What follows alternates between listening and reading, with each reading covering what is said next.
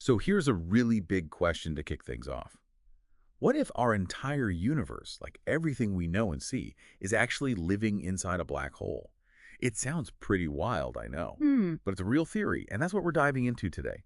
We've been looking at some fascinating stuff from the YouTube channel Star Talk that really unpacks this idea. Our mission, really, is to pull out the key bits of info, understand the evidence, and think about what it all implies. Okay, so to really get our heads around this, maybe we should start with the basics.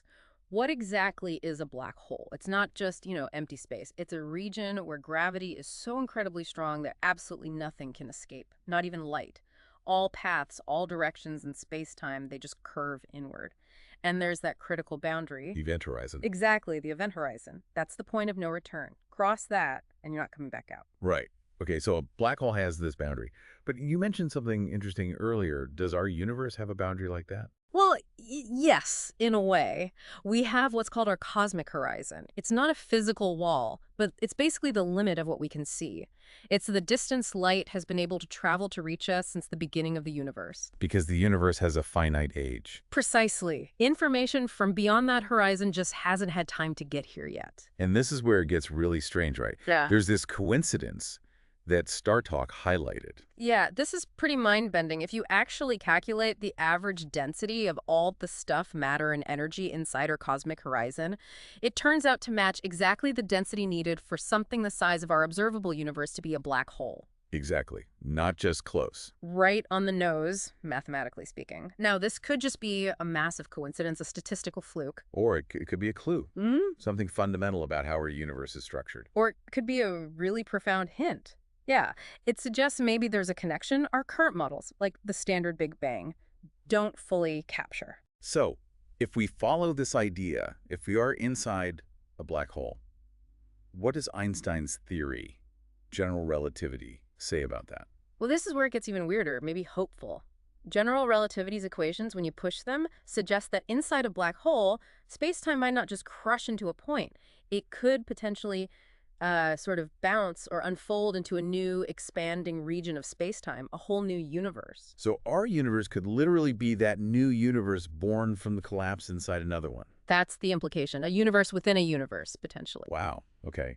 And you mentioned there's some recent research that adds another layer to this, something about galaxies. Yes, exactly. There was a study, relatively recent, looking at several hundred spiral galaxies. They specifically looked above and below the plane of our own Milky Way, to get a clearer view. And what did they find that was so unexpected?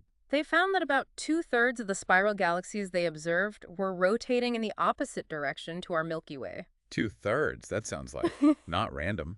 Shouldn't galaxy spins be pretty much 50-50? That's what you'd expect, yeah. Galaxies form from these huge collapsing gas clouds, and the initial turbulence and motions are thought to be pretty random. So over large scales, the spins should kind of cancel out. You shouldn't see a preferred direction like this. So finding a net spin, a preferred rotation for a large chunk of the universe, that's significant. It's very significant. It potentially contradicts the standard cosmological principle, which assumes the universe is, broadly speaking, the same in all directions and doesn't have a preferred axis or rotation.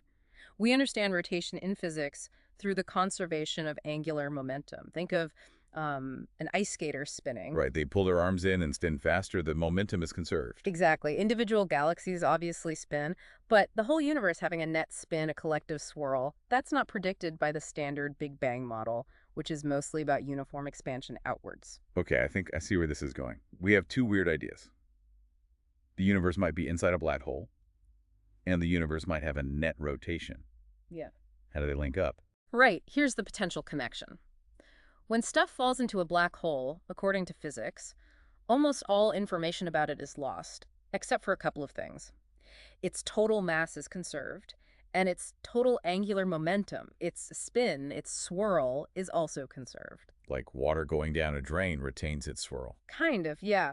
So if our universe has this net angular momentum, this overall swirl, it's hard to explain where that came from in a simple Big Bang expansion, but if our universe is the inside of a black hole that formed from something else that was already spinning and falling in, Then the spin could be inherited. A remnant from whatever collapsed to form our universe black hole. That's the intriguing possibility. It provides a potential origin for this unexpected cosmic rotation. Now, we should probably add a note of caution here. This study, the rotation one, it was based on, what, a few hundred galaxies? That's right, a few hundred out of literally billions and billions. So it's suggestive, very interesting, but definitely needs more data, more observations to confirm if this effect is real on a larger scale. Absolutely. Science needs that repeatability. Hmm. But still, just imagine for a second, if this holds up, if our universe is inside a black hole, and it does have this measurable net spin, how does that change things?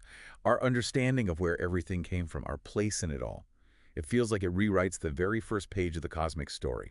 It really does. It opens up completely new ways to think about cosmology. Are there parent universes? Is it a cycle? What does that mean for the past and maybe even the future? It's definitely something profound to think about for you, the listener. Could we be just one layer in an infinite cosmic nesting doll? Keep asking those huge questions. Keep exploring these cosmic mysteries. We certainly will.